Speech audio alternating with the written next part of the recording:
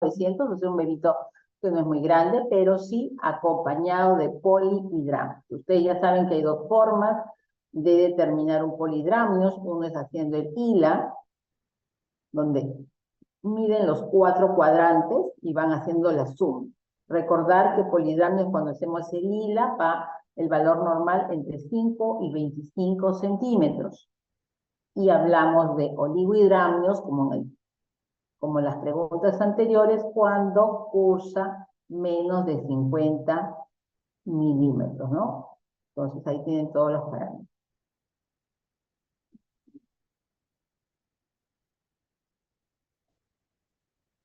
Entonces aquí, ¿qué factores de riesgo nuevamente tiene esta paciente? ¿Cuál es la respuesta incorrecta?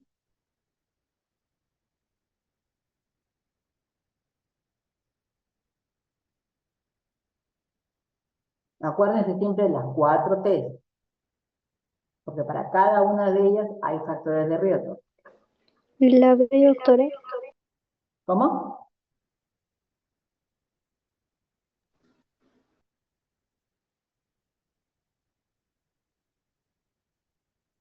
La púrpura trombocitopénica es un factor de riesgo para la coagulopatía, para que es la cuarta T.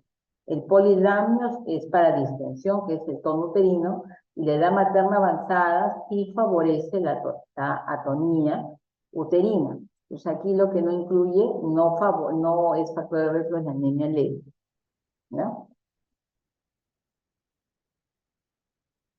La B.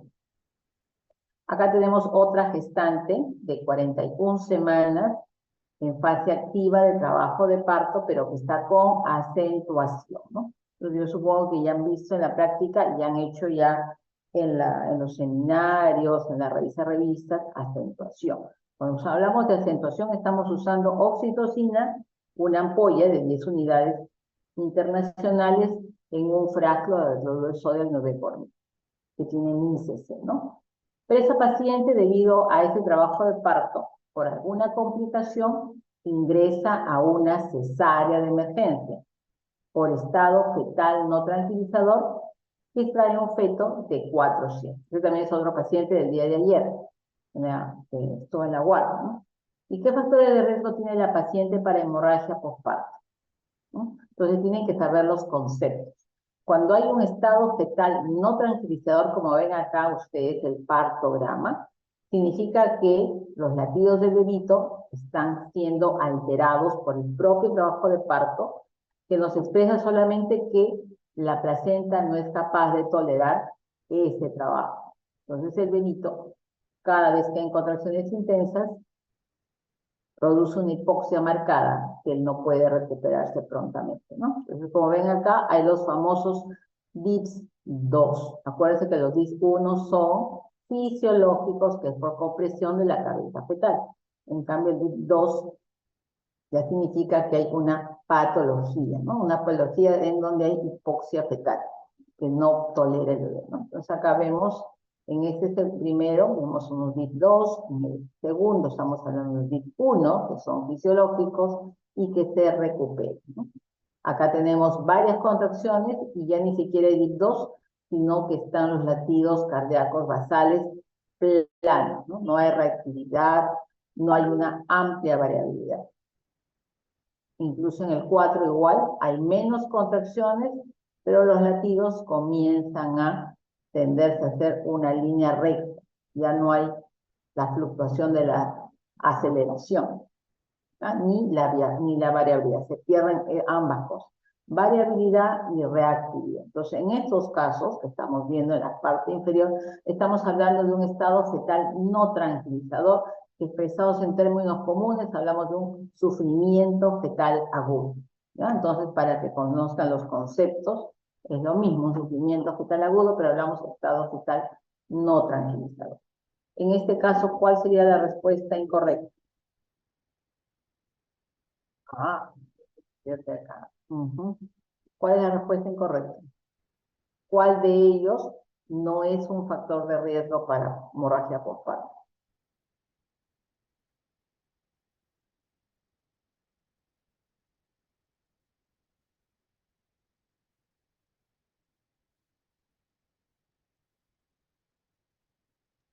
La A. Ujú. Chicos, tienen que leer, ¿ah? Por favor. Acá no estén adivinando, razonen. Estoy diciendo, si ustedes están con oxitocina, eso me va a favorecer. ¿Por qué? Porque el útero lo estoy tratando de que se contraiga permanentemente. Y a pesar de eso, no puede avanzar el trabajo de parto. Entonces, si ustedes ven que una acentuación es por una falta de dinámica, falta de motor uterino, entonces ella tiene más riesgo que otra paciente que está en un trabajo de parto sin acentuación, ¿no? De forma espontánea, que por algún motivo se tuvo que complicar y entrar a una cesárea. Entonces, una acentuación o una inducción de trabajo de parto favorece a que haya una hemorragia postparto. Entonces, para eso yo tengo que estar preparada, para prevenir. La cesárea de emergencia per se también es un factor de riesgo. El estado fetal no es factor de riesgo para que la madre haya hemorragia, es un factor de riesgo para que el bebito se muera, ¿no? Entonces ahí tienen que aprender a diferenciar cuál es de la mamá y cuál es del bebé. Igual, la macrosomía fetal hace que el útero se distienda y cuando sale, el útero a veces no se contrae adecuadamente. Entonces ahí tengo que hacer mis maniobras, ya sea usar oxitocina, ergometrina, misoprostol. Toda mi primera línea no funciona, recién pasar a mis manejos, que si estoy en una cesárea no voy a hacer taponamiento, sino voy a tener a la mano mi manejo quirúrgico conservador con Belinch, ¿no? Y salgo de la hemorragia, ¿ya? Entonces acá la respuesta es la letra C. Esto es para que recuerden cómo es el registro de la cardiotocografía. En la parte superior están los latidos cardíacos que van entre 120 y 160, y en la parte inferior la contracción uterina. Acuérdense que la contracción uterina tiene 4 características: un tono basal, una duración, una frecuencia y una intensidad. Y en la parte central están los movimientos fetales, que la máquina lo puede registrar o que la mamá tiene un botoncito para registrar. Entonces, eso también lo han visto en las prácticas, cuando han entrado a sala de partos o cuando han estado en emergencia. Eso es la desasociación temprana o fisiológica, que hay una caída gradual conforme se presenta la contracción y que comienza junto con la contracción y se recupera junto con la contracción. Entonces, eso es para que ustedes sepan cuánto hablamos de un DIP 1, ¿no? Entonces, ese es un DIP 1. Hablamos de DIPs cuando estamos en trabajo de parto o cuando estamos en un test estresante. ¿Por qué? Porque hay contracción uterina. Yo no puedo hablar de DIPS 1, DIP 2 cuando estoy en un test no estresante, porque no hay ningún estrés, no hay ninguna contracción, entonces no va a haber desaceleración. Eso es la desaceleración tardía. Ven acá como el pico máximo de la contracción no coincide con la caída máxima de los latidos. Entonces, comienza después y termina después. Y acá otras imágenes para ver desaceleración precoz, desaceleración tardía y lo otro, que son las desaceleraciones variables, que no tiene correlación con las contracciones uterinas. Hablamos ahí de la presencia de cordón al cuello, de circulares. Por eso que es importante que cuando una mujer entra a un trabajo de parto tenga previamente una ecografía para ver la presencia o ausencia de cordón umbilical, ¿no? Porque no sabemos cuándo un cordón está ajustado. Entonces, si un cordón se comienza a ajustar y comienzan los latidos a variar y no se recuperan, también estamos hablando de un sufrimiento fetal agudo o un estado fetal no tranquilizador, que si bien la contracción va muy bien, pero los latidos se alteran, tengo que culminar el trabajo de parto y ingresar a una cesárea de emergencia. Igual acá lo que vimos en la primera imagen, los dos últimos son alteraciones de este monitoreo intraparto. Acá igual vemos cómo con esta contracción intensa comienzan a bajar los latidos, ¿no? pero que después se recupera, ¿no? Esto es como si funcionara como un DIP 1. Entonces tenemos que saber cuándo estamos ante un DIP 1 y cuándo estamos ante un DIP 2 para hacer el manejo respectivo, ¿no? ¿Hasta allí alguna pregunta?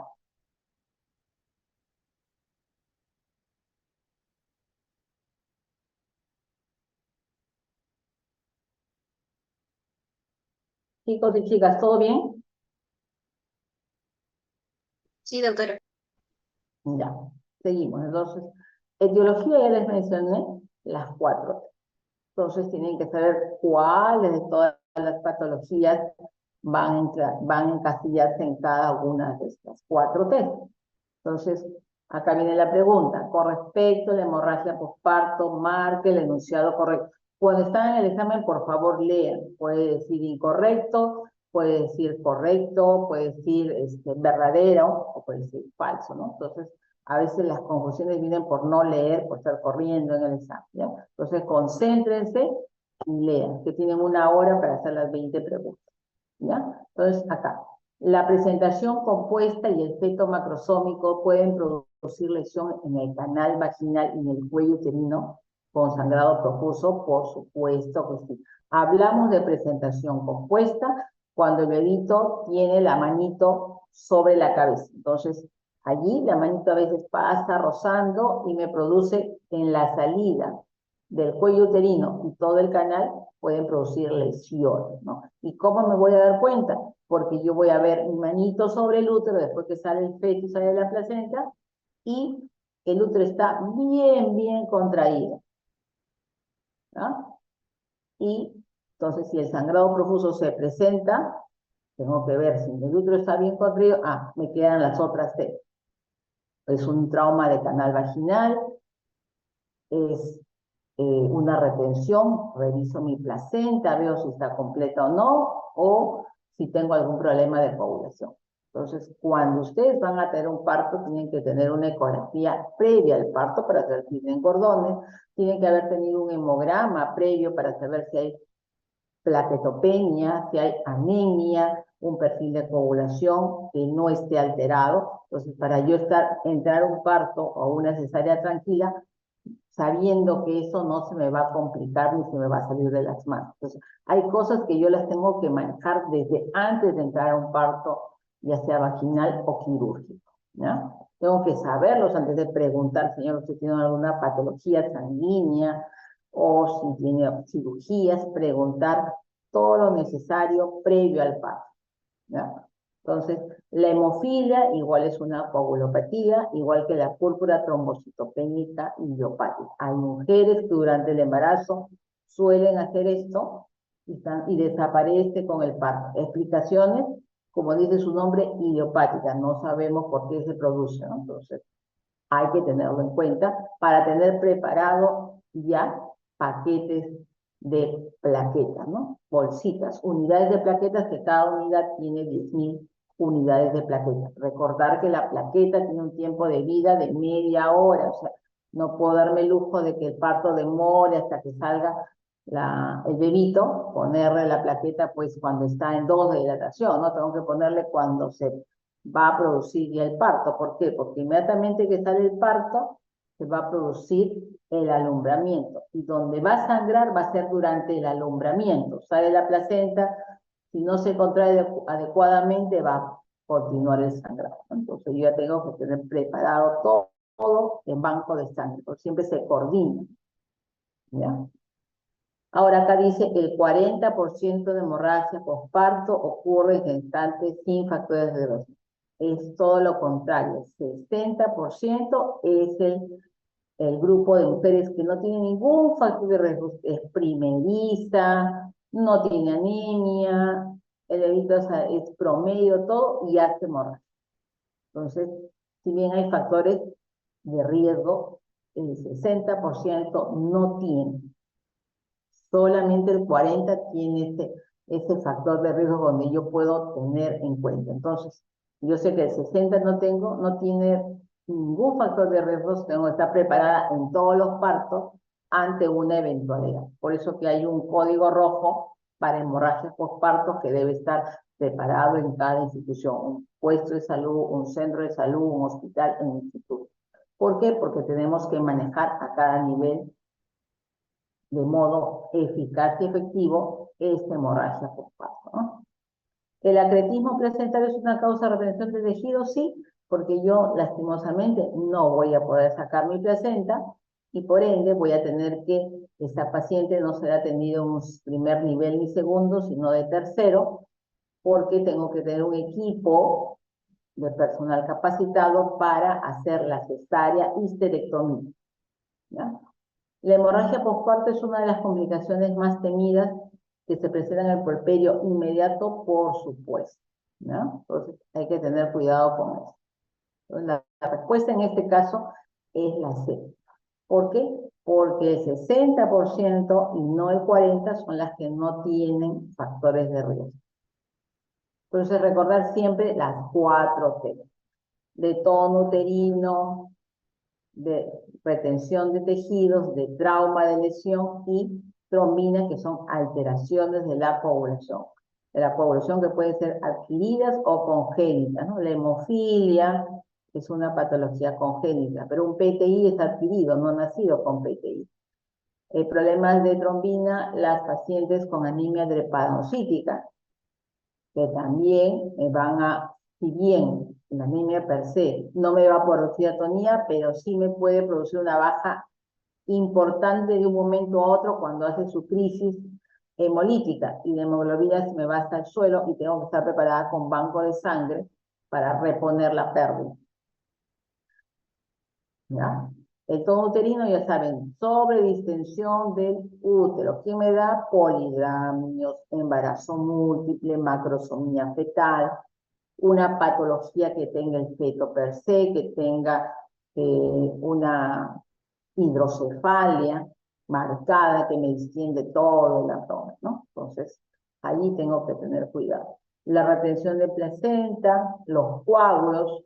En retención de placenta, lo más grave, el acretismo placentario, ¿no?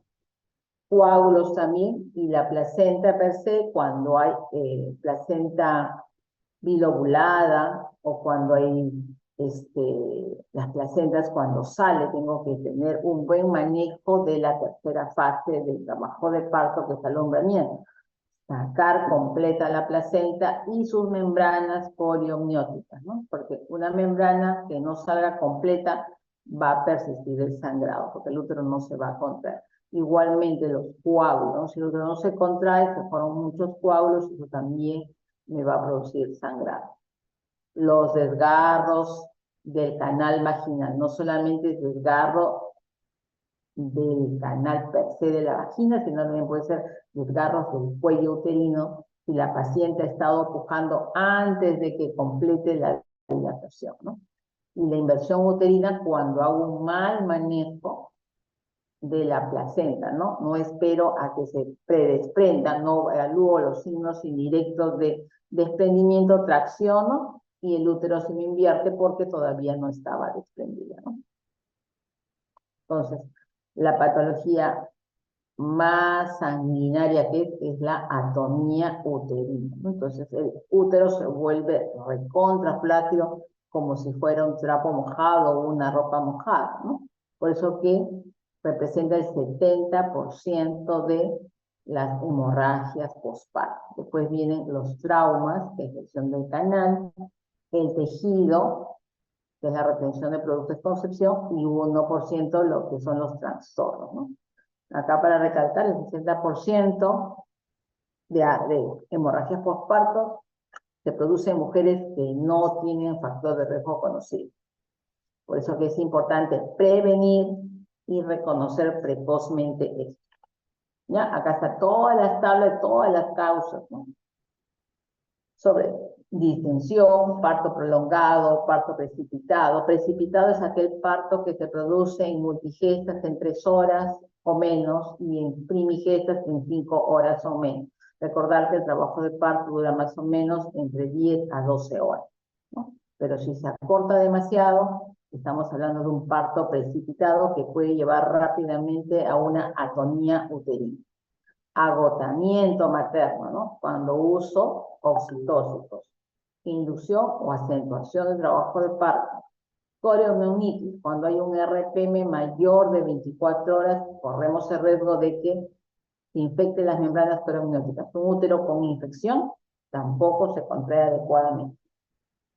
Los traumas de parto, partos también precipitados, porque rápidamente se expulsa todo el ovoide fetal y puede lesionar, ¿no? Las episiotomías, que no solamente puede ser epicio, sino epicio con desgarro.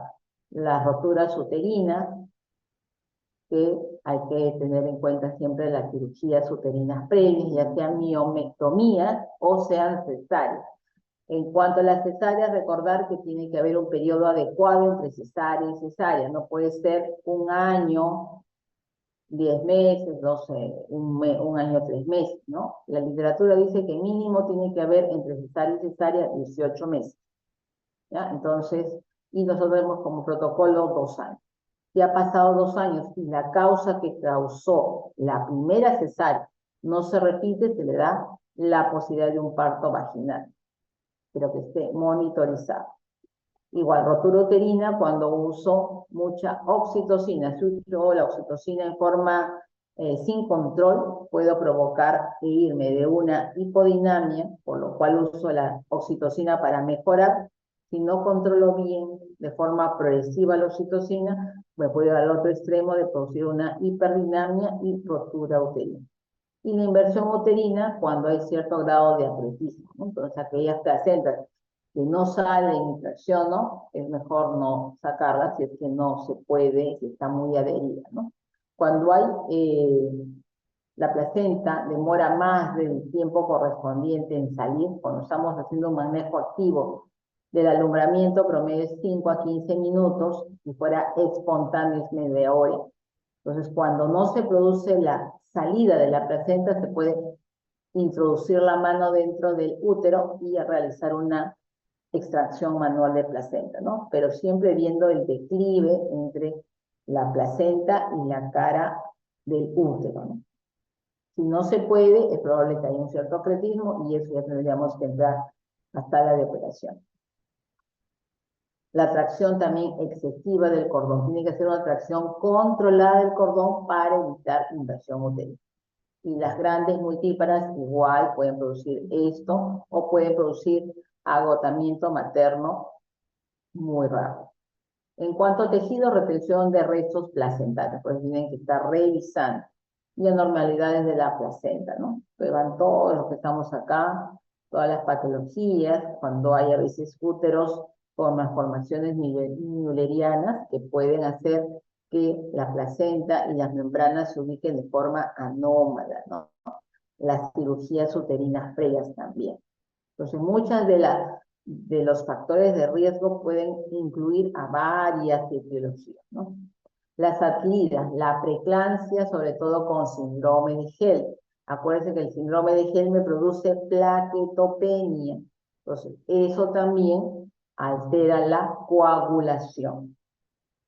La sepsis, el abruptio placenta es el desprendimiento de placenta normoinserta. Y el CID por consumo. Si tengo mucho sangrado por una atonía, consecuentemente me va a haber un consumo de todos estos factores de coagulación por pérdida. Entonces voy a producir secundariamente a una atonía un CID. Y las redes congénitas, como les mencionaba, que hay la hemofilia y la enfermedad de von Willebrand. En cuanto al tono, estas son las más frecuentes, que es la más importante para recalcar, pero nunca olviden las demás. Entonces ahora vamos al diagnóstico. Entonces el diagnóstico es clínico. No vamos a tener muchas veces que llegar hasta un examen auxiliar que me diga esta paciente está en un shock hipovolémico.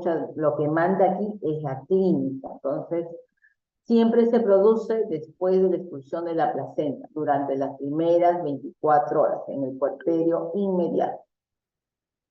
Entonces, ¿qué cosa vamos a tener? Un sangrado profuso por vía vaginal independiente de la vía de parto. Puede ser parto vaginal, puede ser cesárea. Actualmente están hablando que el sangrado sea mayor de 1000 cc, pero puede ser basta y sobra que sea un sangrado profuso. ¿Por qué? Porque yo puedo tener una paciente con anemia, ¿no? Tiene una hemoglobina de 9. No necesariamente voy a esperar que sangre 1000 para que haga toda la sintomatología de hipovolemia. O sea, cuando hablo de HPP estoy hablando de un sangrado profuso que causa a la vez signos y síntomas de hipovolemia. Y ustedes me dirán, ¿cuál es eso? Taquicardia, hipotensión, palidez, frialdad de las extremidades, alteraciones de conciencia, la paciente ya no les va a responder, van a estar sudorosas, un poco agitadas, o con tendencia al sueño, ¿no? Pero que ustedes le hablan y todavía reaccionan, o ya en estado de coma. Entonces, para eso es lo que ustedes van a evaluar en cada paciente. Oliguria, para oliguria tienen que ver, colocar una sonda vesical, si no, no van a saber si está orinando o no, es algo que le estén preguntando, ¿no? Y ya el shock hipovolémico, que ya es muy marcado, que cualquiera se puede dar cuenta, ¿no? No hay que esperar todavía que más esté un shock hipovolémico serio para recién decir, ah, no, esta paciente está en HPP. Necesitamos tener un diagnóstico precoz de eso. ¿Ya? Las definiciones de HPP. Pérdida sanguínea mayor de 1000, independiente de la vía de finalización del embarazo. Que puede ser por parto vaginal o por cesárea. Es indistinto, solamente que sea mayor. O cualquier pérdida de sangre que cause signos de inestabilidad hemodinámica. Acá también hay otro concepto en cuanto al hematocrito. Cuando hay una caída del hematocrito mayor o igual al 10% del valor basal. Pero esto acompañado de sintomatología. El problema es que buscar un hematocrito es hacer una prueba de laboratorio que nos va a tomar cierto tiempo, no es inmediato que le saques. Y aparte, con todos los cambios hemodinámicos que se producen inmediatamente después del parto, no va a ser muy fidedigno este valor. Entonces, guíense siempre de lo que están viendo, cómo está sangrando y sobre todo los signos y síntomas de inestabilidad hemodinámica. Cuando hablamos de eso, hablamos de llenado de capilar mayor de 2 segundos, hablamos de taquicardia mayor de 100, hablamos de hipotensión con presión sistólica menor de 90. Parámetros, presión sistólica 90. ¿Está menos o está más? Frecuencia cardíaca, ¿está en 100? ¿Está más o está en menos? Llenado capilar, ¿es más de 2 minutos o es menos de 2? ¿Está pálida? ¿Cómo está? ¿Me conversa la paciente o no? ¿Y cuánto está sangrando? El sangrado puede determinarse visualmente por la cantidad eh, de, de telas o gasas o dressing que podamos estar utilizando. Pero es muy variable entre observador y observador.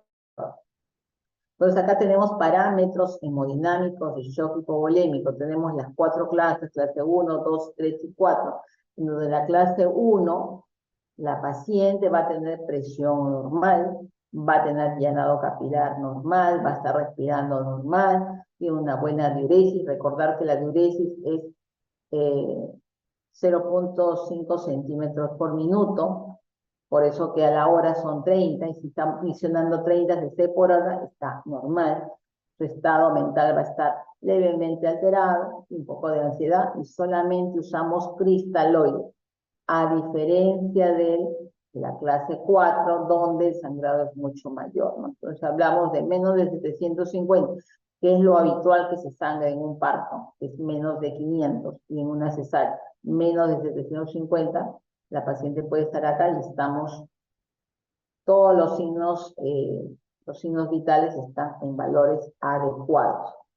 En la clase 2 ya se va alterando, la taquicardia se comienza a presentar, hay hipotensión, sobre todo hablamos de presión arterial menos de 90, e incluso cuando estamos en el grado 3, donde el sangrado es mucho mayor, se mantiene, se altera mucho más el pulso, ¿no? La frecuencia cardíaca. Entonces acá 120 y en el clase 4 más de 140, ¿no? en donde ya incluso la presión diastólica ya no se puede medir porque ya está en el suelo. El llenado capilar se prolonga. Ya el estado mental está en letargo, está en coma. Entonces ustedes van a ver una paciente que usted está sangrando. Por eso cuando ya se encuentra en un momento en donde hay una hemorragia postparto, inmediatamente después de salir la placenta, no demoren mucho en el diagnóstico y el manejo respectivo, porque ustedes solos no lo van a poder hacer. Si bien ustedes van a tener que buscar qué cosa es lo que está fallando, tiene que haber otro personal de apoyo, ¿no? Ya sea enfermera, obstetra, una técnica, para colocar otra vía en el mismo brazo, estar viendo la posibilidad de banco de sangre para transfundir, estar poniendo cloruros, ¿no? Y siempre al llamado del anestesiólogo por si la posibilidad de necesitar sala de operaciones. Si estuvieran en un primer nivel, transferirlo lo más pronto posible. Por eso que es importante que en los centros de salud tengan una ambulancia. Entonces, a veces los centros están desabastecidos porque no pueden transportarse a pesar de que está tan chiquito el espacio de un lugar a otro. Yo lo veo porque tenemos el centro materno que es en el Porvenir, que no está ni a 5 minutos, pero no tienen ambulancia para traer al hospital. Entonces ahí se pierde el tiempo. De forma que se podría mejorar si tuviéramos toda la infraestructura y el equipamiento necesario. Acá igual, la clase 1, la clase 2, la clase 3 y 4, ¿no? Y cómo es la cantidad de pérdida, ¿no? Conforme avanza, aumenta la clase, va avanzando la cantidad de pérdidas a 1000. En la clase 1 es entre 500 a 1000, en la clase 2 es de 1000 a 1500, en la clase 3 es de 1500 a 2000 y en la clase 4 es más de 2000. Entonces hay que contabilizar, ¿no? Y acá está, cuáles son las sintomatologías, ¿no? Cuando es menos de 90, 900 milímetros de mercurio, de milímetros de sangre, hablamos que hay una pérdida de más o menos un 15% y la paciente está asintomática. Es la clase 1. En cambio, cuando aumenta el sangrado, ya hay taquicardia, taquimia, reducción de la presión del pulso, se hace más filiforme. Si aumenta el sangrado, es mayor la volemia perdida, hay mayor taquicardia, mayor taquimia, la paciente del corazón está latiendo más, respira más rápido, más agitada, hay hipotensión, las señales están frías, ¿no? Y cuando ya es la clase 4, estamos en oligorio, estamos en shock, la paciente está en coma, pues no hay que llegar hasta esos extremos. Entonces, siempre recordar las 4T, ¿no? Tono, trauma, tejido y trombina.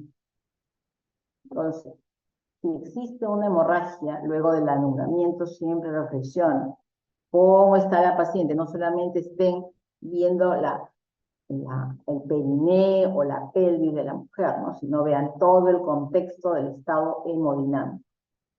Si se ha controlado la hemorragia de las lesiones, si ha formado el globo de seguridad epinar, que es el tono uterino, si la placenta ha salido entera o se ha quedado alguna membrana, si las anomalías de pulsación previas se han corregido o no. Todas esas cosas tienen que contestarlas para poder manejar correctamente y tener un plan de acción. Si ustedes no tienen el diagnóstico, saben que es un HPP, pero no saben quién lo ha causado, no van a saber cuál es el siguiente paso para resolver el problema. Ya, acá tenemos una pregunta. Entonces, con respecto al diagnóstico de hemorragia postparto, marque el enunciado correcto. Incorrecto. A ver, chicos, lean. ¿Cuál es la respuesta?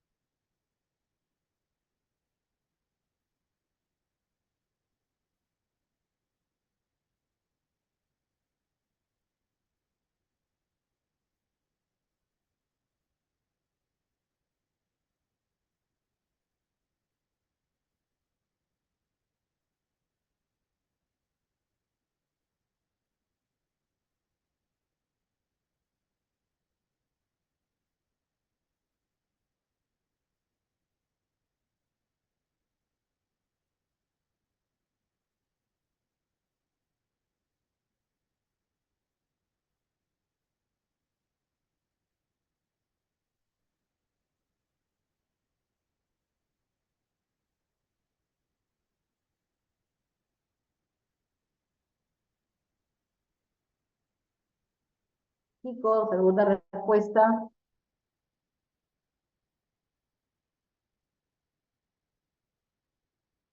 La E, doctora. Muy bien. O sea, tienen que aprender a leer con paciencia para llegar a la respuesta, ¿no es cierto? Claro, desgarro perineal de primer grado. Me dice frecuencia cardíaca 90, allá menos de 100, ¿no? Y dolor en región perineal. Entonces, esa es el enunciado incorrecto, ¿no? Entonces, vamos viendo todos, cada uno. Atonía uterina, acuérdense las 4T. Ah, ya, estamos acá. Me dijeron T, la mayoría es la más frecuente, ya, tono. No mejora los fármacos de primera línea. ¿Cuáles eran los fármacos de primera línea? ¿Recuerdan?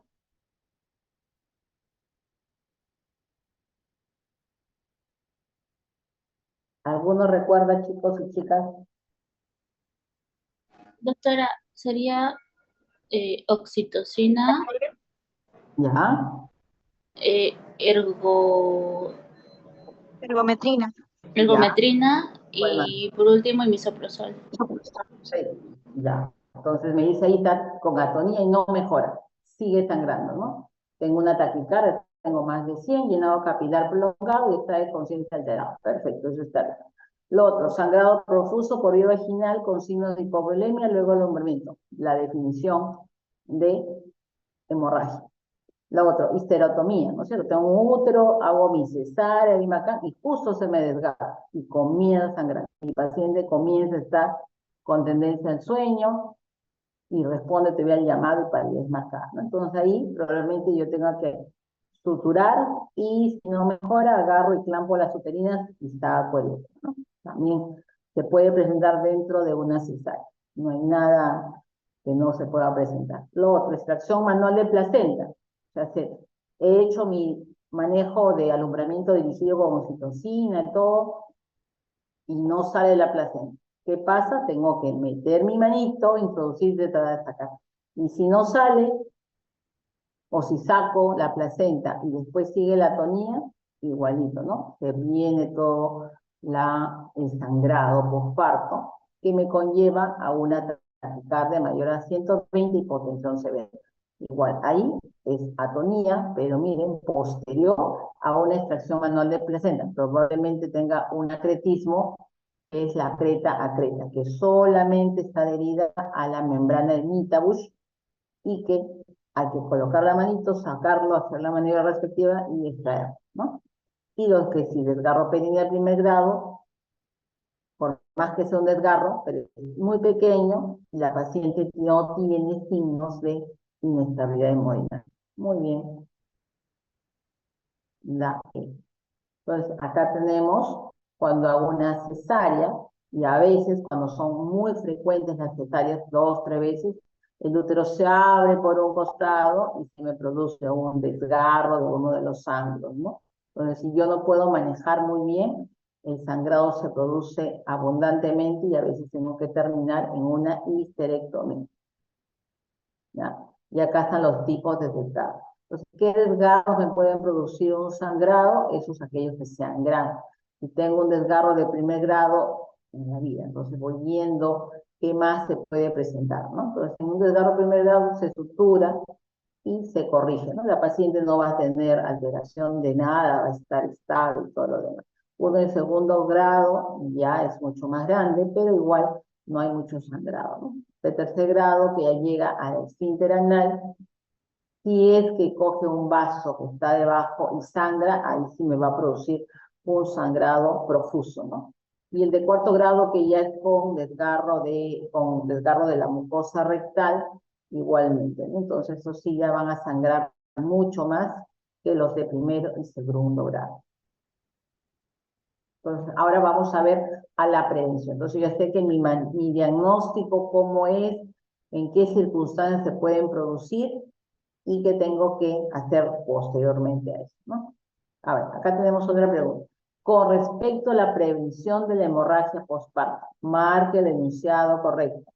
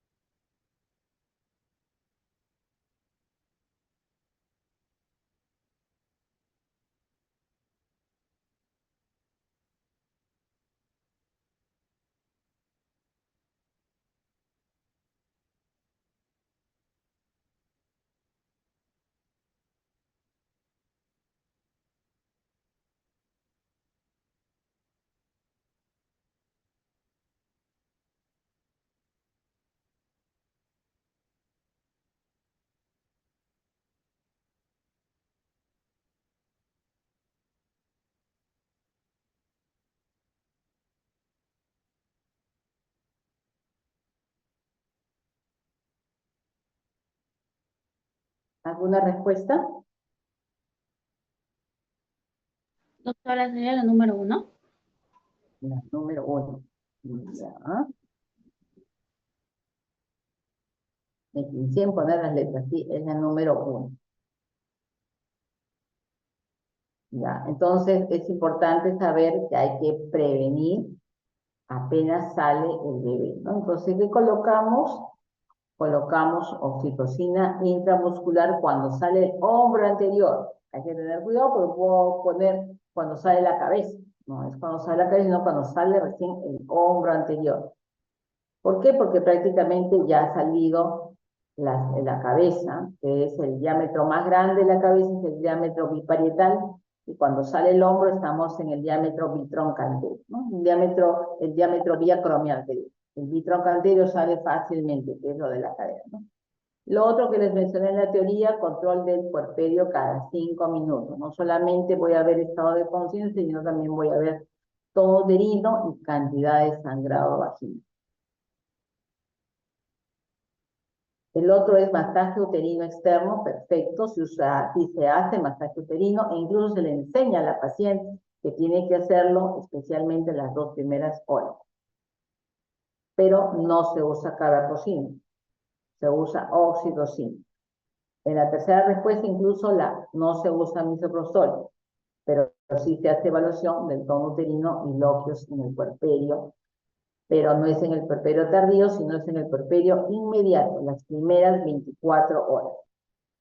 Alumbramiento espontáneo no, porque no estoy favoreciendo que el alumbramiento dure poco tiempo. Acuérdense que el alumbramiento espontáneo, el promedio de salida de la placenta es media hora.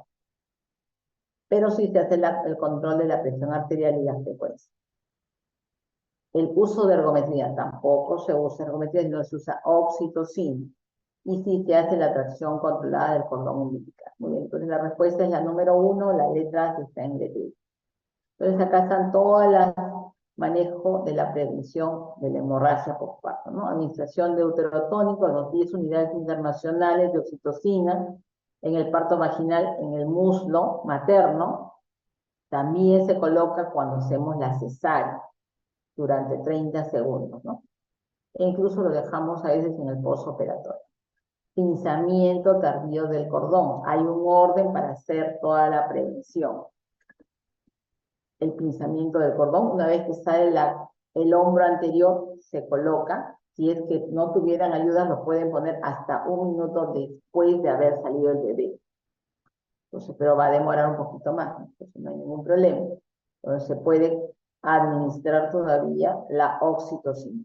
Mientras que salió el bebito y se coloca sobre el pecho de la madre del bebé, se realiza el pinzamiento tardío del cordón, que es entre 1 a 3 minutos o cuando deje de latir.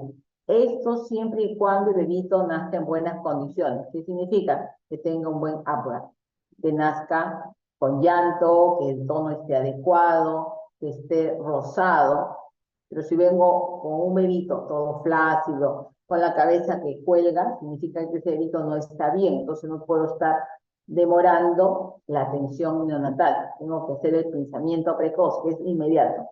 Corto y entrego al neonatólogo o al pediatra que está atendiendo el parto, ¿ya? Entonces es importante diferenciar. Si yo tengo un bebito que no ha nacido adecuadamente, no tengo por qué demorarme en entregarlo al pediatra, porque el pediatra va a hacer todas las maniobras de reanimación para que su atención postparto sea la mejor, ¿no? Su adaptación extrauterino sea la mejor, ¿ya?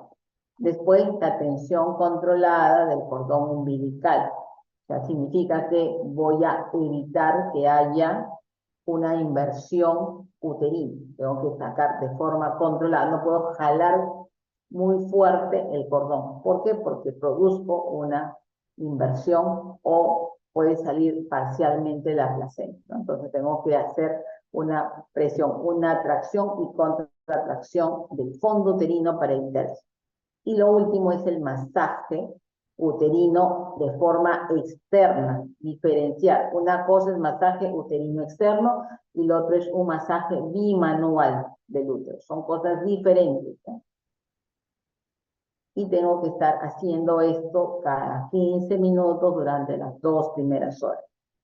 Si está un poco relajado, tendrá que ver un personal de salud, si no, la paciente misma lo puede hacer. Entonces acá tenemos todo el paso a paso, ¿no? ¿Cómo prevengo? Manejo activo del tercer estadio del trabajo de parto. ¿Cuál es el tercer estadio? El alumbramiento. ¿Qué otra sinonimia tiene? Manejo activo del alumbramiento o alumbramiento dirigido. Entonces, en el examen se le puede poner cualquiera de esos nombres porque significan lo mismo. Como les mencioné, cuando sale el hombro anterior durante el trabajo de parto vaginal, se coloca a la madre en la cara anterior del muslo, derecho, izquierdo, donde tu ayudante lo pueda colocar, por vía intramuscular, las 10 unidades, o sea, la ampolla entera. No sé si han visto ustedes, chicos y chicas, la ampolla viene de 1 centímetro cúbico, eso es pequeño.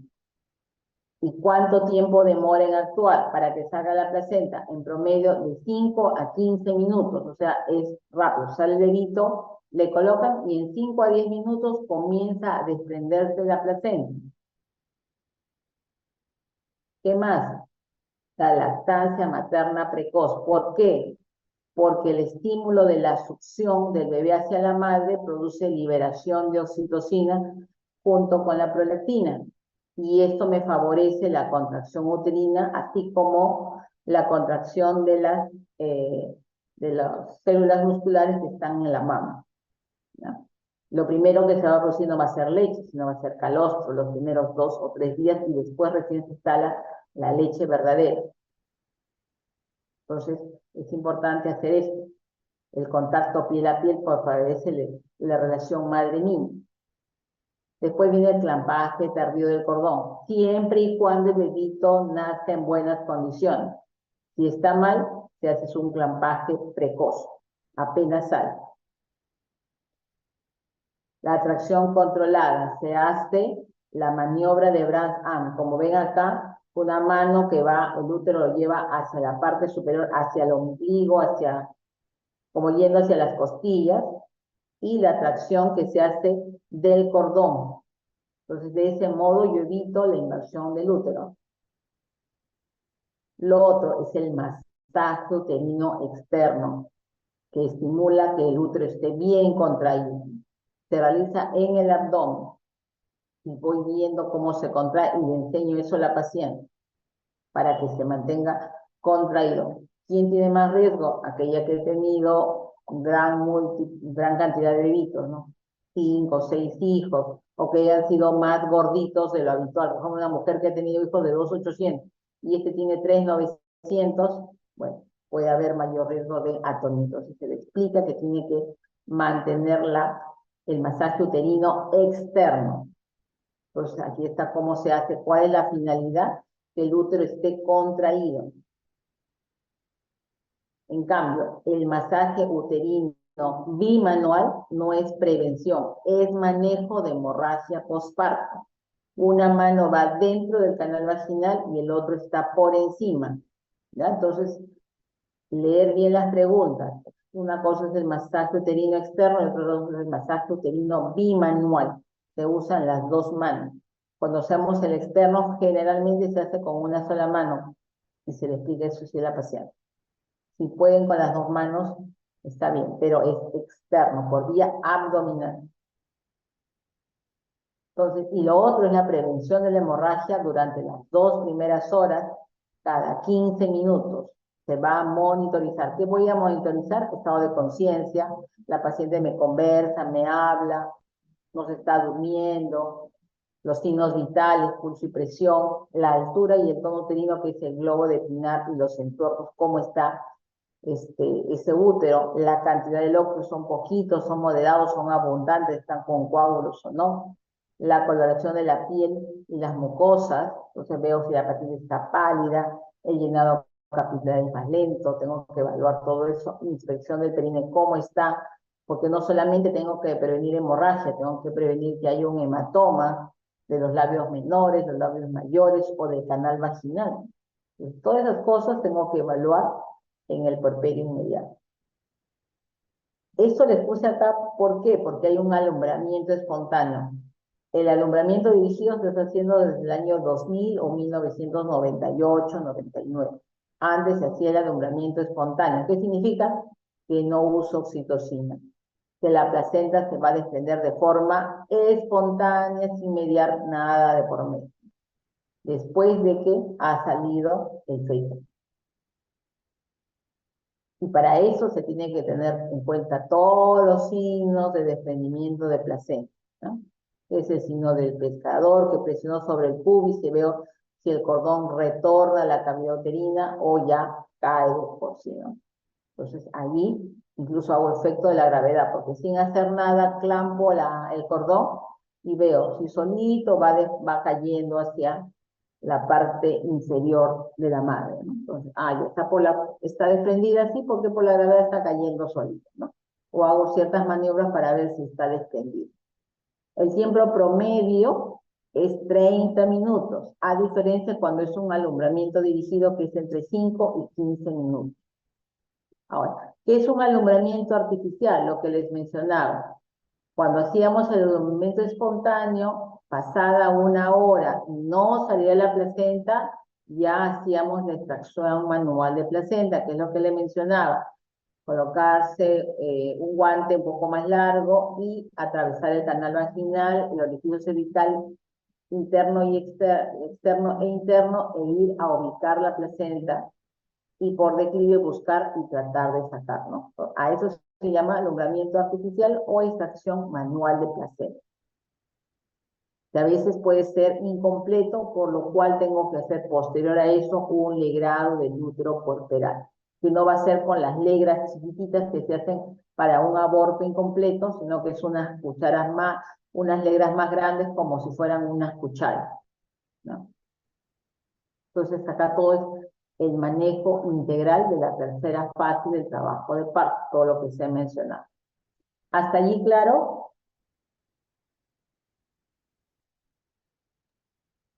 Sí, doctora. Perfecto. Ya, ahora vamos con el manejo. Acá tenemos un caso, puérpera inmediata de cesárea, de emergencia por preeclampsia con síndrome de G y bradicardia fetal persistente. Entonces, la causa por la cual tuvieron que entrar a una cesárea, que cursa con sangrado vaginal profuso, con abundantes coágulos, palidez marcada, taquicardia, hipotensión y útero flácido. ¿Cuál sería el manejo más apropiado en este caso?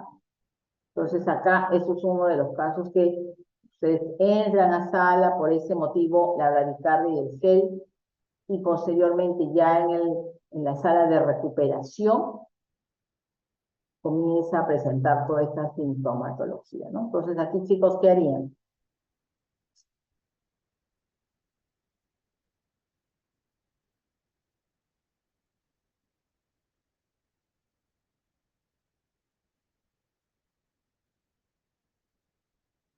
La B, doctora. ¿Cómo? ¿Podría ser la B, el balón de Bakri? No.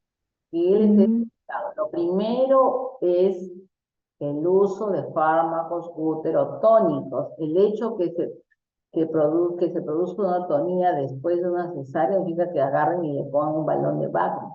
Todo tiene un orden. Primero son los fármacos de primera línea. ¿Sería la A, doctora? Exacto. El uso de oxitocina. Acuérdense que vieron la diapositiva donde hay la clave roja, en donde van a poner oxitocina después de una cesárea, después de un parto vaginal. Si bien después de un parto vaginal o cesárea se pone oxitocina, pero en poca cantidad, unas 20 unidades en un frasco de 1000, cuando estamos en un HPP, usamos 40 unidades, o sea, 4 ampollas diluidas en un frasco de 1000. Y si bien ponemos normalmente a 30 gotas, acá se pone a 40. Entonces, lo primero es eso. ¿Por qué no uso ergometrina?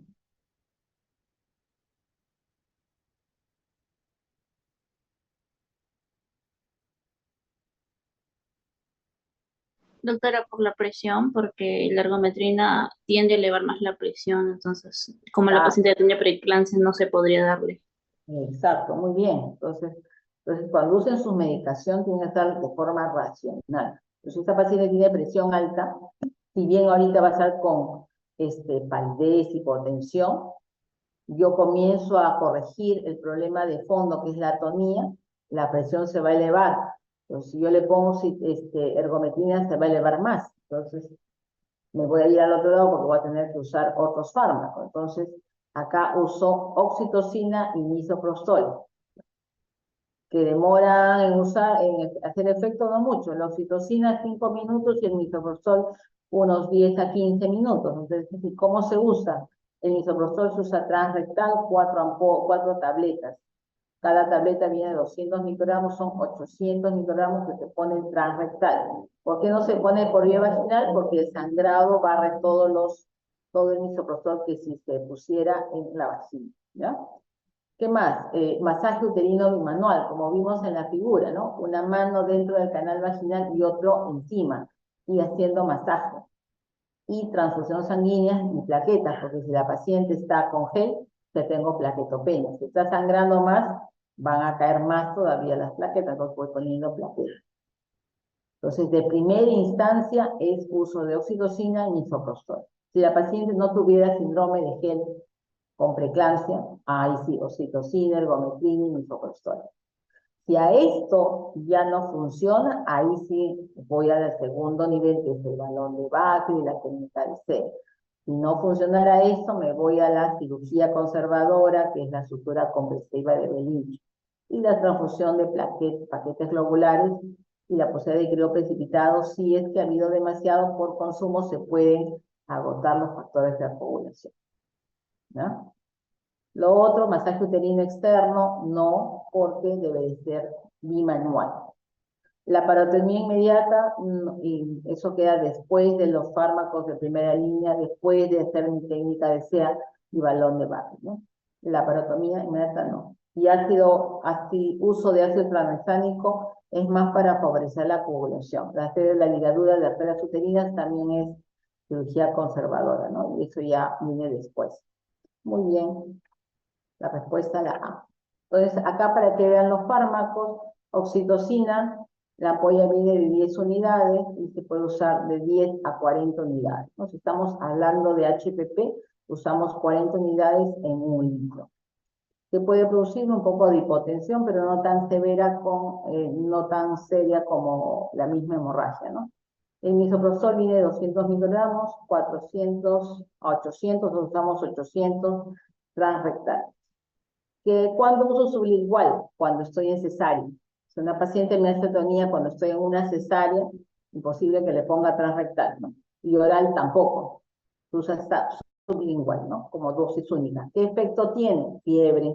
Porque si yo en una cesárea me he hecho atonía y he tenido que ponerle misoprostol, a la media hora después o a la hora la paciente está con fiebre. O sea, no se asusten, no es que esté con una infección puerperal, sino que es efecto secundario del misoprostol. Igual, cuando están haciendo una maduración cervical para un aborto incompleto, para que sea del cuello y entren a un legrado o un ameo, también la paciente puede presentar fiebre. No es que se esté infectando el aborto, no que sea un aborto séptico, sino que es un efecto secundario del misoprostol. La ergometrina, ¿de cuánto viene? 0.2 miligramos por ampolla. La ampolla también es de 1 mililitro, igual que la oxitocina.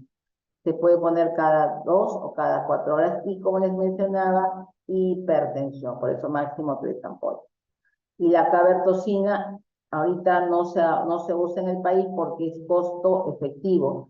Entre la oxitocina y la cabertocina no hay mucha diferencia, la diferencia es el costo. La oxitocina está 40 céntimos y la cabertocina está como 95. Entonces, para comprar en grandes cantidades al Ministerio de Salud no le conviene, ¿no? Ni al E-Salud ni al E-Salud. En ninguno de los dos usan cabertocina, ¿no? Es un análogo sintético de oxitocina. Muy bien, acá es lo que es transfusiones sanguíneas, ¿no? Los glóbulos rojos, las plaquetas, plasma fresco y crioprecipitados, ¿no? Entonces, todo lo que contiene. Los glóbulos rojos tan solo son los glóbulos rojos, ¿no? Y aumentan 3% el hematocrito. Las plaquetas aumentan cada paquetito 10.000 unidades. Eso, entre 5 a 10.000, pero su vida media es muy corta, ¿no? Entonces tiene que utilizar en el momento justo. Si tengo una paciente que voy a entrar a cesárea y tiene un síndrome de Gel con unas plaquetas menor a 90.000, los voy a poner durante mi acto quirúrgico, porque su vida media es poco. Una cesárea promedio dura entre 30 a una hora, entre 30 minutos a una hora. Entonces lo uso justo cuando estoy entrando a sala, no lo uso antes. Los glóbulos rojos sí duran más, o sea, sí se lo puedo poner con anticipación, ¿no? Aparte que pasa muy lento el glóbulo rojo, se lo puedo poner desde una hora antes, ¿no? Para que vaya terminando todo y cuando yo entro a sala ya tengo mejor hemoglobina. El plasma fresco congelado que tiene factores de coagulación. Y en los críos tiene fibrinógeno, factor 8, 13 y el Montpellier también tiene, ¿ya? Entonces, como les mencionaba, el manejo de una hemorragia posparto tiene 3 niveles. Primero, la profilaxis que se le hace a todas las pacientes y las que tienen, el diagnóstico tiene que ser precoz, los fármacos de primera línea, oxitocina, ergometrina y misoprostol. Si a esto no revierte el HPP, hago mis técnicas de taponamiento con balón de Buckley o con compresas, ¿no? Dentro del útero. Y después, acá también puedo hacer las técnicas de SEA, que es pinzamiento de las arterias uterinas por vía vaginal, al lado del cuello para cervical, derecha e izquierda. Y lo último es el manejo quirúrgico, ¿ya? Acá está la clave roja. Cuando hay un paciente con HPP, tengo que ver, ¿no?, cuál de las 4 T están alteradas, y mientras tanto tengo que colocar 2 vías. ¿Por qué en el mismo brazo? Porque el otro brazo va a tener para controlar funciones vitales, que es la presión arterial. Entonces, si yo tengo vías en diferentes brazos, no voy a poder tomar la presión y va a estar bloqueando. Entonces, un brazo tiene que estar libre para tomar la presión arterial, para tomar las muestras sanguíneas. Por eso que es en el mismo brazo. Una va cloruro de sodio a chorro, 500, y se continúa con 30 gotas. Se puede hacer bolos de 300 cada cierto tiempo, sí, de acuerdo a cómo está el estado hemodinámico de la paciente. Y en el otro, oxitocina, 4 ampollas, que son 40 unidades a 40 gotas. Porque se sabe que la causa más frecuente es la atonía. Entonces, mientras vamos haciendo todo eso, se va buscando las 4 test, cuál de ellas está alterada para hacer el manejo oportuno, lo más rápido posible. Acá cuando solamente tenemos la atonía, ¿no?, se hace lo mismo, las oxitocinas, que es el primer paso que tenemos que usar. Si no mejora con oxitocina, vamos a ergometrina, y si no, misoprostol transrectal, ¿no? El ácido transónico me favorece, pero por mejorar la coagulación, ¿no? Y demora todavía unos 10 minutos para que haga efecto. Entonces, si tenemos todo esto y no mejora, allí sí vamos a tener que ir pasando al otro nivel, ¿no?, que es la compresión uterina bimanual, que lo podemos hacer nosotros mismos, el taponamiento uterino con compresas o la colocación del balón de Buckley.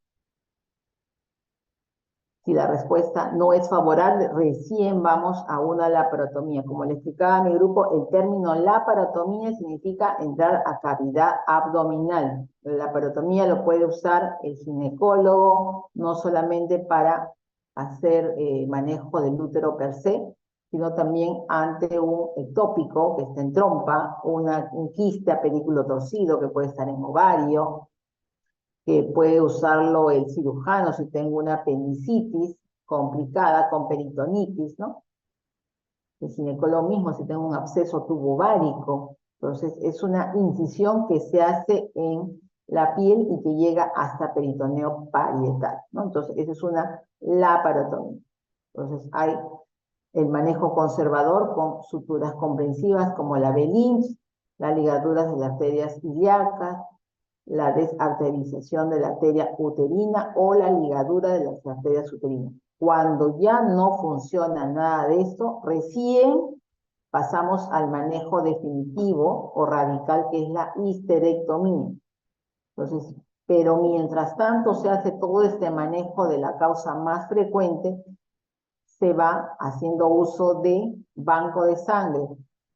Primero, en primera instancia, que son los cristaloides, cuando se ponen las dos vías, y después vamos pidiendo pruebas cruzadas para hacer las transfusiones respectivas.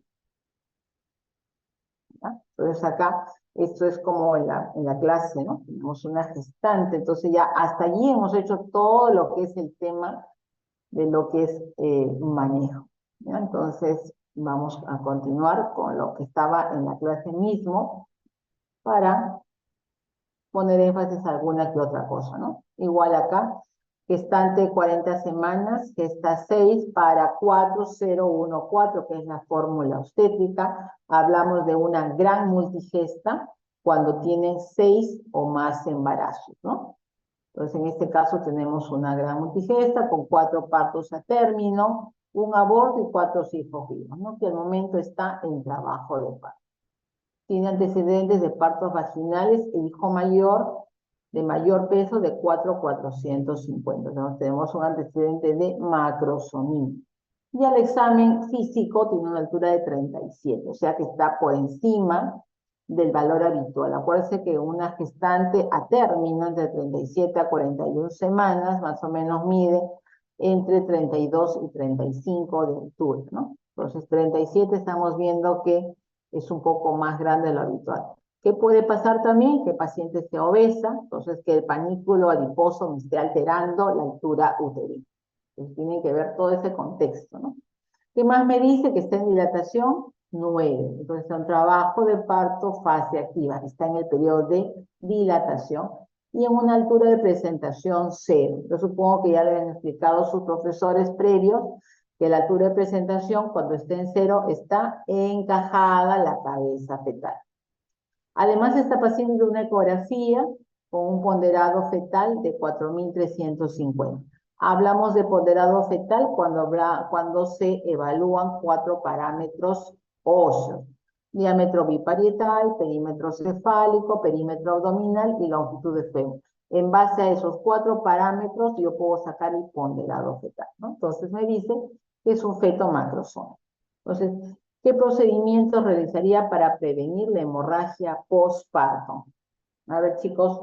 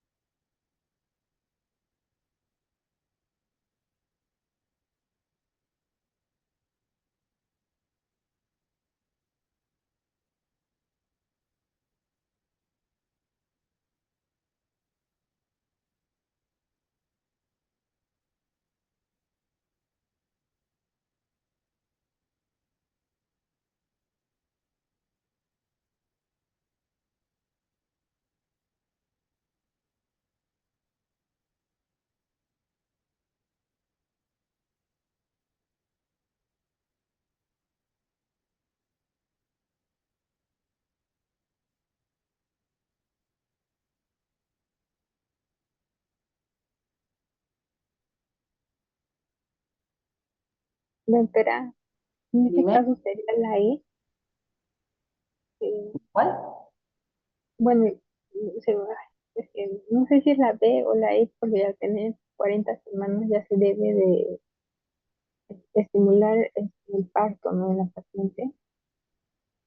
Y si la paciente creo que tiene todas las condiciones para un trabajo de parto, se debería de inducir eso, pero al nombramiento dirigido.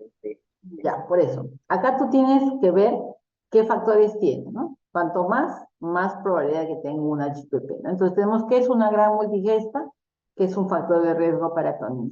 ¿Qué más tenemos? Que tiene un hijo que va a pesar 4 kilos, más de 4 kilos. Entonces tenemos macrosomía fetal. Entonces tenemos dos factores de riesgo que me van a indicar que esta paciente tiene más riesgo que otra a tener una hemorragia postparto. Entonces, no voy a esperar que me haga atonía, yo tengo que prevenir lo que les he estado explicando. Entonces, a ver, vamos viendo cada uno. Por eso se hace un manejo integral de la tercer periodo del trabajo de parto, que es el alumbramiento, ¿no? Eso es importante que entiendan, porque eso es lo que van a hacer ustedes cuando están en el SERUM o cuando están en el internado, que les van a explicar, y sobre todo en el SERUM, ¿no? Que tienen que ver siempre que prevenir antes de que se complique a mayores, ¿ya? Entonces, eso es lo importante de la clase de HPP. No es por dar el examen nomás, sino es para que ustedes aprendan qué cosas pueden prevenir y qué cosas no. Entonces, la atonía se puede prevenir. Incluso cuando se hace la evaluación de los casos de mortalidad materna, hablamos de muertes prevenibles. Pues una hemorragia postparto se puede prevenir y se puede manejar de forma adecuada si sabemos cómo es el manejo oportuno.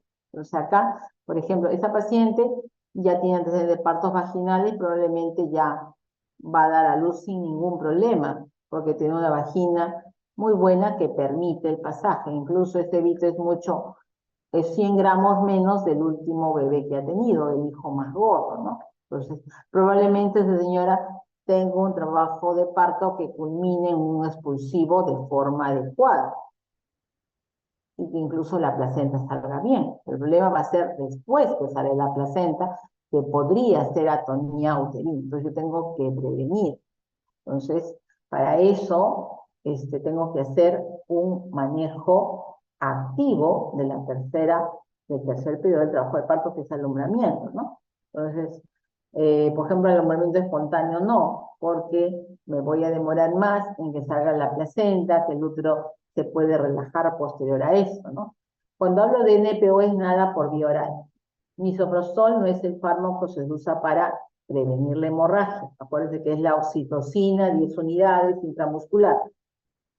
La lactancia materna en 2 horas no, porque estamos hablando que tiene que ser una lactancia precoz. Apenas sale el bebé, se le coloca sobre el regazo de la madre. Por eso en la foto que estaba allí, incluso con el cordón. O sea, la paciente todavía no se le corta el cordón umbilical y el bebito ya está sobre el regazo. Se produce la lactancia materna inmediata. Es lo que también promociona lo que es la OMS, que dice lactancia precoz durante los primeros 60 minutos de vida, que es lo que hacemos nosotros. La segunda alternativa, oxitocina intramuscular, al salir la cabeza fetal, no es al salir la cabeza, sino que es al... Yasmín, abre tu papaya, mira por la ventana. ¿Ya? Entonces es al salir el hombro anterior del feto. Maniobra de Clisteres significa que yo empujo el fondo para favorecer la salida del bebé, que es una maniobra que no se utiliza por el riesgo de producir tanto lesión en el bebé como una rotura uterina.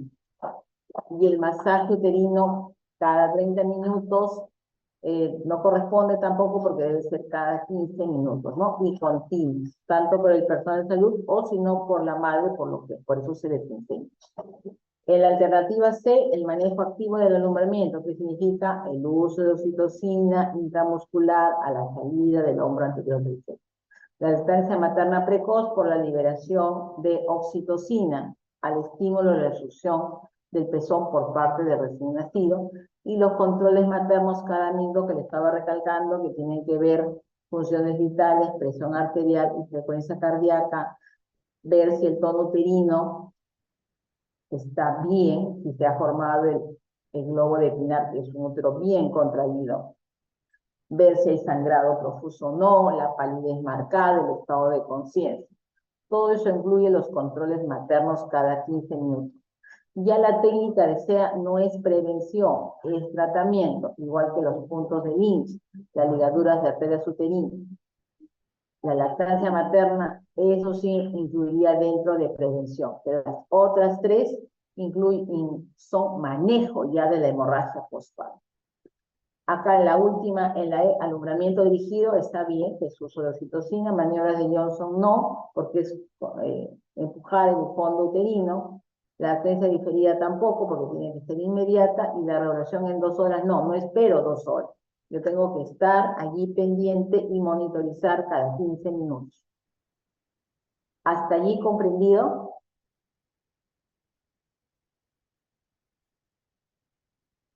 Sí, doctora, gracias. Doctora.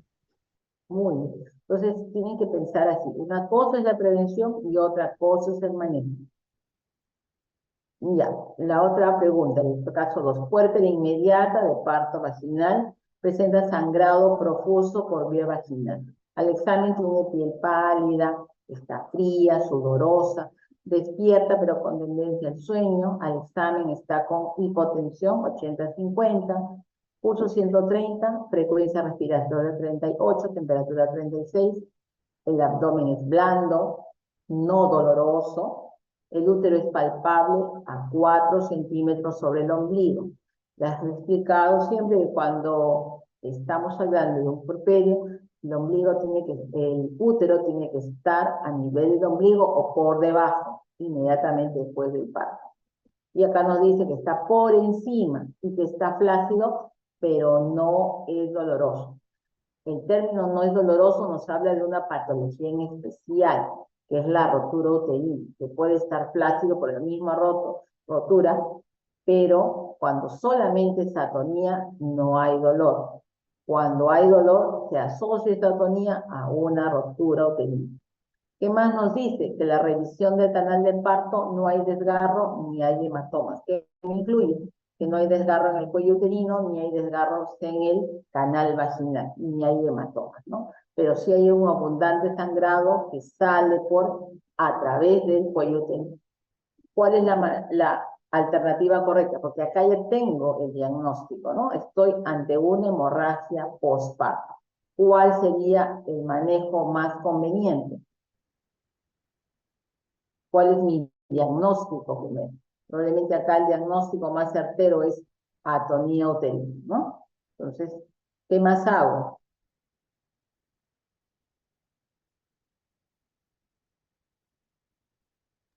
Doctora. La A, muy bien. ¿Por qué? Porque estoy haciendo, tengo mi diagnóstico. Ah, ya, tiene señora atonía. ¿Qué hago? Mi masaje bimanual. No, en canal vaginal, oxitóxicos en primera línea. No mejora. Técnica de SEA. Agarro por vía vaginal las uterinas. No mejora. Pongo mi balón y voy pidiendo sangre, ¿no? Entonces estoy en ese orden.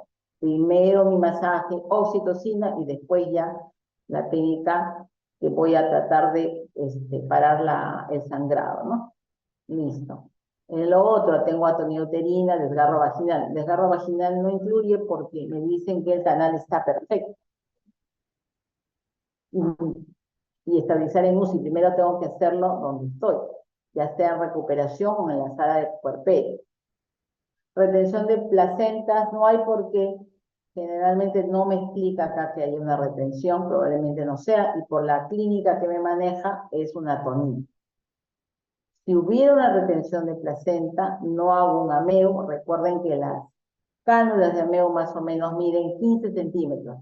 Cuando tengo una retención de placenta, tengo que usar legras de más o menos 30 centímetros para poder hacer una buena extracción de tejido placental.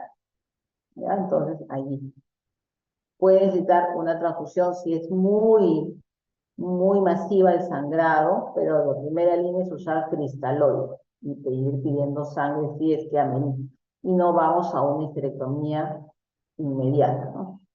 La coagulopatía preexistente, si es que hay, pero acá no, toda la clínica es para atonía. Muy bien. Y este de acá, que es el último, puerperia inmediata de parto vaginal, que presenta sangrado moderado vía vaginal luego del alumbramiento. Ella me está diciendo que es un HPP. Tiene piel pálida, fría, despierta, presión 90-50, pulso 115, frecuencia respiratoria 22 y temperatura 36. Abdomen es blando, no doloroso, el útero es palpable a nivel del ombligo y contraído. Ya acá la clínica me está diciendo que estamos ante un HPP, pero que la causa no es atonía uterina, porque tengo un útero a nivel del ombligo y que está contraído. Entonces, ¿cuál podría ser la causa? Puede ser las otras test que van después de la atonía. A ver, vayan leyendo, chicos. ¿Cuál es la alternativa correcta?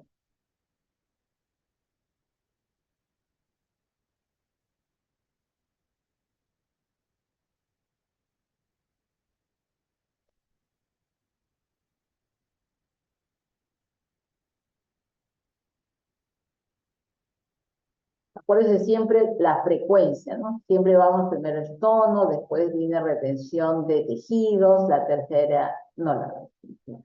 Y después vienen traumas, y después vienen las tromillas.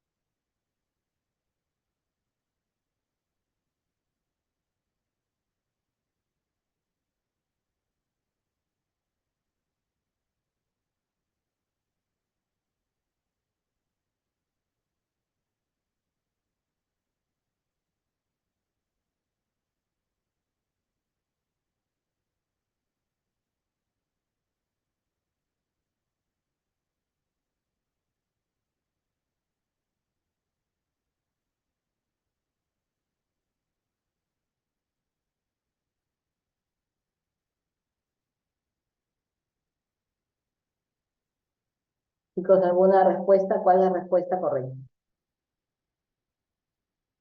La E, doctora. Muy bien. Tienen que entonces ver las otras arriba. Cuando ya descarto que sea la atonía uterina, tengo que saber cuál puede ser y qué voy a hacer, ¿no? Entonces, revisión de placenta siempre, y las membranas coreamnióticas, si hubiera, diagnóstico de retenciones secundinas, hago mi degrado corporal y coloco mis cristaloides. Si no fuera eso, reviso mi canal. ¿Cómo hago? Pongo válvulas vaginales grandes y veo dónde está la lesión. No necesariamente es el piso, a veces se desgarra dentro del canal, tengo que poner válvulas para ver, ¿no? ¿Qué más? Puede ser un desgarro cervical o puede ser un desgarro perineal. ¿Y qué cosa tengo que hacer? Sutura de desgarro, ya sea cervical, vaginal o perineal, y coloco cristaloides. Si tengo antecedentes de patologías hemofílicas, tengo que haber tenido ya con previa anticipación cuál es el factor de coagulación o tener plaquetas a la mano o crioprecipitados de acuerdo a eso. Entonces, el manejo es las pruebas cruzadas, perfil de coagulación, la transfusión de crioprecipitados y la transfusión de plaquetas. En el síndrome de Gel, plaquetas a la mano. ¿Qué también me puede haber pasado? Una revisión del canal y encuentro un desgarro vaginal con hematoma, ¿no? Tengo ahí un hematoma. Eso sí, el hematoma cuando es muy grande no se hace en el lugar donde ha dado a luz la paciente, sino tengo que entrar a la sala porque necesito traccionar mucho el canal vaginal para abrir ese hematoma y sacar todos los coágulos y poner puntos transficiantes en los vasos sangrantes, ¿no? Entonces, eso sí lo tengo que hacer en sala, pero no significa que voy a hacer un Bench o una ligadura retroperitoneal. Tengo que abrir el hematoma, sacar todos los coágulos, poner puntos transficiantes en los vasos y volver a cerrar ese desgarro vaginal, ¿no? Y coloco cristaloides y coloides, hago pruebas cruzadas porque si ha bajado demasiado voy a tener que hacer una transfusión sanguínea. Muy bien, la respuesta es la E. Muy bien, chicos y chicas, entonces el repaso, espero que les haya ayudado y que les vaya bien en el examen. ¿Alguna pregunta?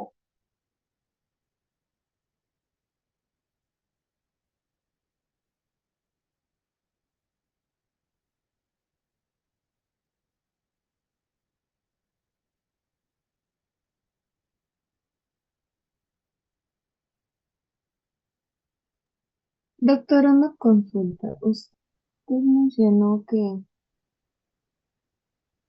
Doctora, ¿me escucha? ¿Eh? Sí, usted mencionó que si es que no, o sea, no se podía dar la oxitocina, si es que la paciente no tenía ningún antecedente o riesgo, por ejemplo, en este caso de hipertensión, ¿se le colocan los tres consecutivos o los tres juntos? Uno tras otro. Si tú pones la oxitocina y mejora, ya te quedas ahí. Si no mejora, le pones orgometrina. Y si no mejora, después de unos 5 minutos, acuérdense que el tiempo de vida media es muy corto. La oxitocina, su efecto es dentro de los 5 primeros minutos, o sea que no es luego esperar media hora, ¿no? Entonces, después de eso, una ergometrina, que también el efecto es 5 a 10 minutos, ¿no? Entonces voy sumando, hasta ahí yo voy 15 minutos, y si no hacen unos 15 minutos sigue sangrado, le pongo misoprostol. Pero a la par voy haciendo mi masaje bimanual, no es que ya le voy haciendo que le haga efecto, no, tienes que estar haciendo el masaje. Y de ahí bien ir poniendo inmediatamente la doble vía. El sangrado es muy profuso porque a veces estamos viendo otros pacientes y en sala de recuperación, es verdad nos llaman, ¿no? Que levanta la solera o la frazada y está empapado toda la cama de sangre, ¿no? Entonces, en esas condiciones ya tú tienes que ir viendo, pedir pruebas cruzadas para transfusión sanguínea, ¿no? No va a bastar con ponerle cristaloides o coloides, ya vas a necesitar sangre, porque hay que cuantificar, ¿no? Si es más de 1000 el sangrado, ya vas a tener más sintomatología de alteración hemodinámica, ¿no? Entonces ahí tienes que pasar sangre. No va a bastar con cristaloides, ¿no? Porque al final si le pones mucho cristaloide, lo que vas a producir es un edema de pulmón, ¿no? Entonces tampoco queremos hacer más complicaciones. Todo se pone en la justa medida, ¿no? Si el sangrado es 1000, le puedes poner cristaloide, pero si estás pasando a 1500, a 2 litros, pásale sangre, ¿no? Como ayer que hemos entrado a la esterectomía, que ha sangrado más o menos 1500 a 2000, y le hemos pasado 2 paquetes globulares. Pero siempre tienen que tener a la mano siempre un respaldo en banco de sangre, ¿no? Si es inmediato que tienen que poner la sangre, hacen transfusión sin pruebas cruzadas. Pero si les da tiempo, pueden pedirlo con pruebas cruzadas, ¿no? Que es lo ideal. ¿Por qué? Porque dura más o menos 40 minutos unas pruebas cruzadas, ¿no? Entonces, por eso tienes que ir viendo. ¿Hasta ahí comprendido? Sí, doctora, gracias. ¿Alguna otra pregunta?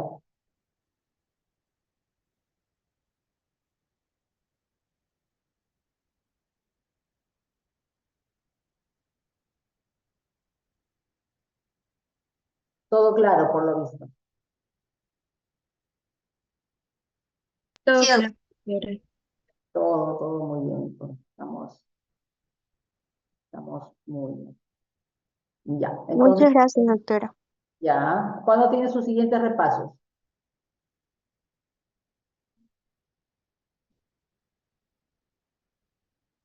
El día sábado, doctora, si no me equivoco. ¿Están atrasados en teoría? No, no, doctora, justo hoy día terminamos con la última teoría para que entran en el examen. Ah, ya, ya. ¿Quién era? ¿El doctor Marrufo, creo? Sí, Eh, doctora. Ah, ya. Ya. Creo que este examen fue el 2 de mayo, creo que es, ¿no? sí, sí, Sí, doctora. doctora. Todos son del 2 de mayo. Pues, bueno, ya, chicas. Entonces, chicos, estudien. Muy bien, Muchas gracias gracias, doctora. Cuídese. a ustedes. Espero que Muchas hayan gracias, comprendido. doctora. Sí, doctora, muchas gracias. Chao, Brenda.